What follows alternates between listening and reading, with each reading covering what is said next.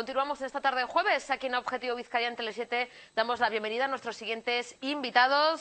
Fernando Rodríguez, buenas tardes, Fernando, bienvenido. Hola, un buenas placer. tardes. Ana Salar, buenas tardes, Ana. Hola, Bienvenida, buenas tardes. un placer. Bueno, Ana y Fernando son directores, guionistas y también se encargan de la producción ejecutiva de, 50 años de vergüenza, un documental que se presenta esta misma tarde a partir de las 7 de la tarde en el Centro Municipal de Distrito de Deusto. Les invitamos a que, por supuesto, acudan.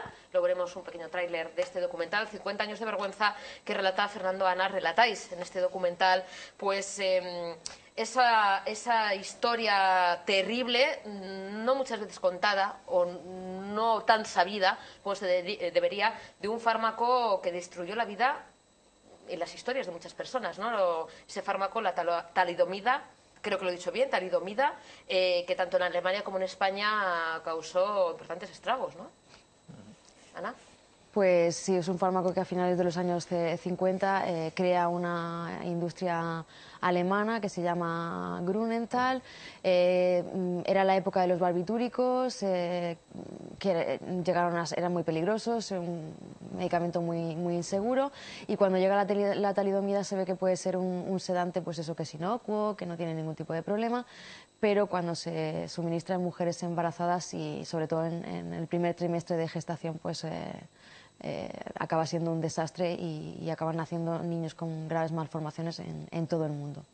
Una historia, como decimos, que descubrimos en este documental, pero que ha sido una historia de ese sufrimiento, pero casi en silencio, ¿no, Fernando? Porque sí, en esos momentos, como siempre pasan estas cosas, ¿no? Estos casos, se da la noticia o se comenta algo, pero luego cae un poco en el olvido, ¿no? Es lo que también se quiere denunciar en este documental, ¿no? ¿Qué pasa con esas personas? ¿Qué pasa con esas personas que siguen con esos problemas, ¿no? De este fármaco? Claro, eso que tú dices del silencio, particularmente en este país, porque estamos hablando de que esto pasa a finales de los 50, a principios de los 60, cuando no hay medios de comunicación libres, prácticamente hay una dictadura, y claro que hay silencio. De hecho, la dictadura impuso una ley del silencio, nunca mejor dicho, en torno a esto. Según ellos nunca pasó, entonces claro, incluso muchas víctimas no sabían, o sea, muchos padres, muchas madres no sabían por qué sus hijos habían nacido con malformaciones, y fue así durante muchos años. Y de hecho, pues incluso cuando quisieron ponerse a luchar, encontraron muchísimas trabas y hasta el día de hoy, que parece mentira que hayan pasado más de 50 años y seguimos con esa vergüenza de que sigan sin una reparación adecuada. En este documental contáis con el testimonio de las propias víctimas, ¿no? Las propias personas que sufren en sus carnes ese duro proceso y que siguen, muchos de ellos, porque son 50 años, pero muchas personas que evidentemente cuentan lo que ocurrió cuando tomaron ese fármaco. Una decisión que se supone que los médicos tienen que protegernos, ¿no? y proteger nuestra salud, y que ha traído estos problemas. Se ha rodado en España, Alemania y Honduras. Hay algunas de las personas afectadas que me imagino vivirán, ¿no? Tanto en Alemania como en Honduras. ¿Se ha grabado allí? Bueno, en Honduras en realidad hay una pinceladita en el documental. Tuvimos la oportunidad de viajar allí. Nuestro compañero, falta el tercer director, que es Javier Almela, y entrevistamos a un afectado hondureño que representa un poquito la situación que se vive en Latinoamérica. Estamos hablando de que en España las víctimas están muy mal, no tienen un reconocimiento, no tienen indemnización en la mayoría de los casos y sin embargo, bueno, pues en la mayoría de países de Latinoamérica, pues evidentemente la situación es muchísimo peor porque no tienen nada, ¿no? Y bueno, pues en el documental mostramos eso un poquito, sobre todo la realidad alemana, la española, y está esa pincelada de Honduras. Cuando hables de esos que no tienen, o sea, sí se reconoció en su momento, pero no tienen ningún tipo de ayuda, no tienen ningún tipo... ¿Qué pasa? ¿Qué dice, no sé, las instituciones públicas? Porque esto, claro, no es alguien que de repente se automedica, ¿no? Toma ese fármaco porque quiere, sino que existe ese fármaco de venta legal y lo recetaban los médicos, ¿no? Hace 50 años. Claro, los médicos no tienen ninguna culpa, los médicos de la época no tenían ninguna culpa porque era un medicamento aprobado por las precarias autoridades sanitarias de la época, un medicamento que había seguido supuestamente los protocolos que tenía que seguir, los procedimientos que tenía que seguir para poder salir al mercado. Los médicos no tenían culpa de nada. ¿Qué pasa? El problema empieza cuando se descubre qué causa ese medicamento, Las autoridades, incluso en España, que es algo muy, muy grave, una gran particularidad con respecto a otros países, tardan hasta 2 años más en retirar el medicamento del mercado. Cuando ya se sabe lo que provoca es espeluznante, o sea, realmente es espeluznante. Todos los casos que en esos 2 años Claro. ¿no? puede haber más por no haberlo retirado a tiempo, o por lo menos por si acaso, ¿no? Claro, el actual vicepresidente de la Asociación Española, Rafael Basterrechea, nació en 1965. O sea, 3, 4 años después de la retirada oficial del medicamento. O sea, que todavía entre los 2 años que supuestamente se retira oficialmente, estamos hablando de que en España incluso el medicamento quedaba en las estanterías de las farmacias, quedaba, por supuesto, en las casas, gente que no consumía medios de comunicación, que no conocía qué había pasado y que lo típico, oye, pues tómate esto que a mí me viene bien para el embarazo. Porque sí que es cierto que si el fármaco no se tomaba en el primer trimestre de embarazo, incluso en 2, 3 semanas críticas, que es cuando el feto se desarrolla, no pasaba nada. Entonces, claro, el peligro estaba ahí de que a lo mejor luego se lo dabas a tu vecina o a tal y pasaba. Claro, lo triste es que las autoridades desde entonces no han hecho nada, prácticamente. El gobierno franquista evidentemente pasó de ellos porque incluso lo negaba, pero es que todos los gobiernos democráticos desde hace 40 años les han negado todo. En este documental vamos a ver esos testimonios, vamos a conocer esa historia que mucha gente quizá desconozca, ¿no? Lo que ahora mismo está escuchando, ¿no, Ana, Fernando? También se trata de eso, ¿no? De informar y de reconocer también, ¿no?, el sufrimiento de esas víctimas. ¿Cómo ha sido el proceso de grabación, de elaboración? Vosotros también habéis hecho el guión, habéis recogido esos testimonios. ¿Cómo ha sido todo ese proceso? ¿Habéis contado con algún tipo de ayuda o de colaboración? Me imagino por parte de las asociaciones, los afectados, pero ¿cómo ha sido un poquito ese proceso? Pues han sido más de 3 años y medio de trabajo.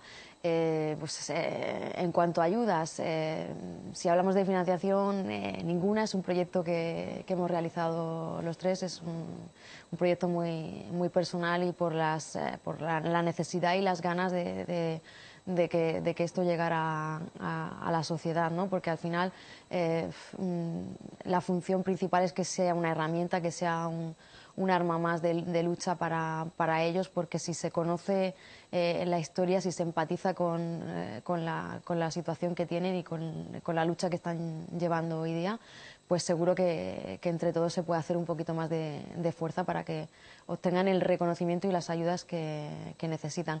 En cuanto a otro tipo de ayudas, si es con ellos, con las asociaciones, pues tanto las asociaciones alemanas como la española, pues sí que se han volcado y bueno, un buen número de afectados están en ese documental aportando su trocito de historia, su testimonio. Se estrenó primero en Alemania, ¿no? El pasado mes de septiembre, si no me equivoco. Luego, bueno, pues ha recorrido también diferentes lugares, se ha estrenado en Madrid, también ha recibido premios, ¿no?, y reconocimientos, el documental, ¿no?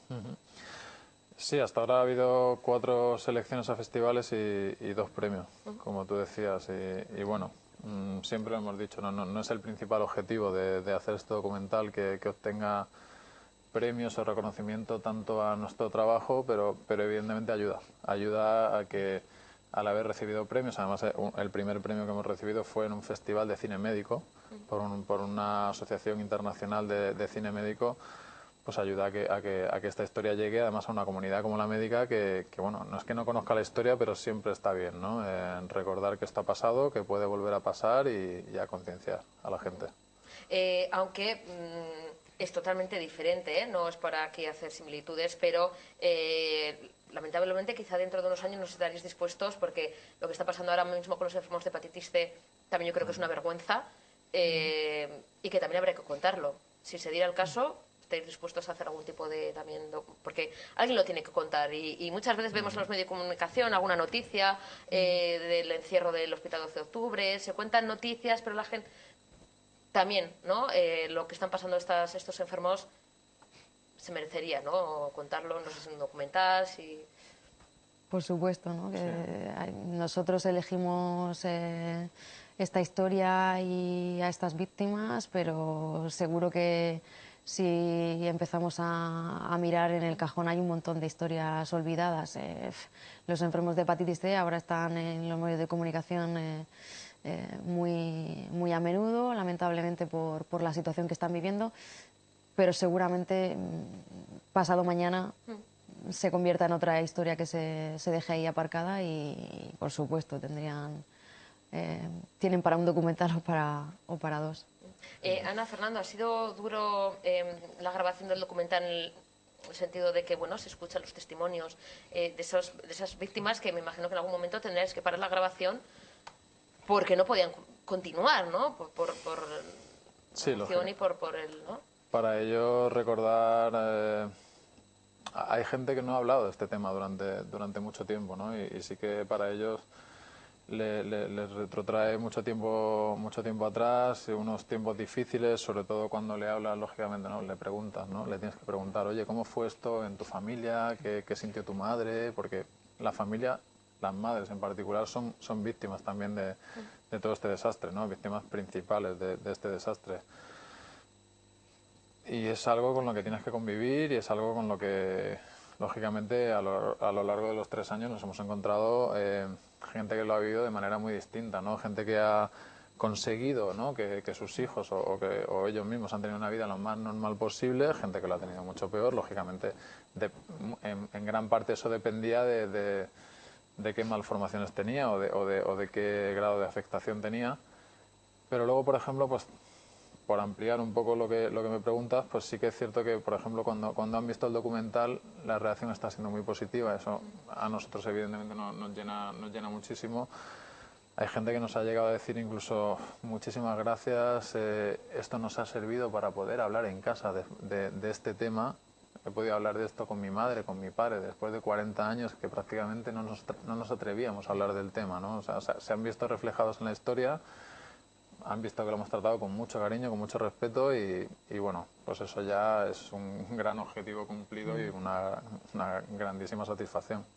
Ana, Fernando, sé que os tenéis que marchar ya porque sí. se hace esa presentación del documental ahora dentro de un ratito a las 7 en el Centro Municipal de Deusto, a las, lo dicho, a las 7 de la tarde. Les invitamos a todo el mundo a que, bueno, vea el documental, que esté con vosotros. No sé si habrá luego también una charla, un debate, unas preguntas. ¿Va a haber después de la proyección del documental algún encuentro con la gente que allí acuda? Sí, por supuesto, estamos aquí para eso, para que luego todo lo que quieran saber sobre el documental. También habrá afectados y, bueno, pues si están interesados en conocer más de la historia, ahí estaremos encantados. Pues sí, Fernando. Sí, no, queremos invitar a la gente porque es entrada libre hasta completar aforo y bueno, pues nos apetece mucho que la gente venga y conozca esta historia que de verdad creemos que merece ser contada. Pues Ana, Fernando, enhorabuena. Gracias. Por el documental, enhorabuena por contar esta historia. Espero que nunca haría falta tener que hacer estas cosas para, bueno, pues sacar de ese silencio a estas víctimas, estas u otras. Espero que no nos veamos en estas ocasiones, que nos veamos en otras. Sí. Y vamos a, si os parece, Ana, Fernando, a que, bueno, los telespectadores vean pues un poquito, un tráiler del documental y para que luego vayan corriendo a las 7 al Centro Municipal de Distrito de Deusto y que esté con vosotros. Muchísimas gracias. Enhorabuena. Muchas gracias. Les dejamos con este tráiler, 50 años de vergüenza, documental, van a poder ver de manera íntegra, también está en YouTube, pero lo van a hacer la presentación oficial dentro de una horita escasa en Deusto. Vamos con el tráiler y después a la publicidad. En mi caso concreto, la familia de mi padre no se lo tomó muy bien que yo no me hubiera muerto. Creíamos que nos iban a meter en la cárcel. Auch unsere Eltern hätten viel auch monetäre Unterstützung gebraucht, wo die wirklich sich das letzte Hemd ausgezogen haben. Aunque no haya sido yo la que haya elegido, me tomo esto, me tomo lo otro. Es que la rebelión que te entra es brutal. Se ha demostrado algo gravísimo, es que se siguió vendiendo talidomida una vez que se sabía que causaba malformaciones. La sociedad española tiene que saber esto.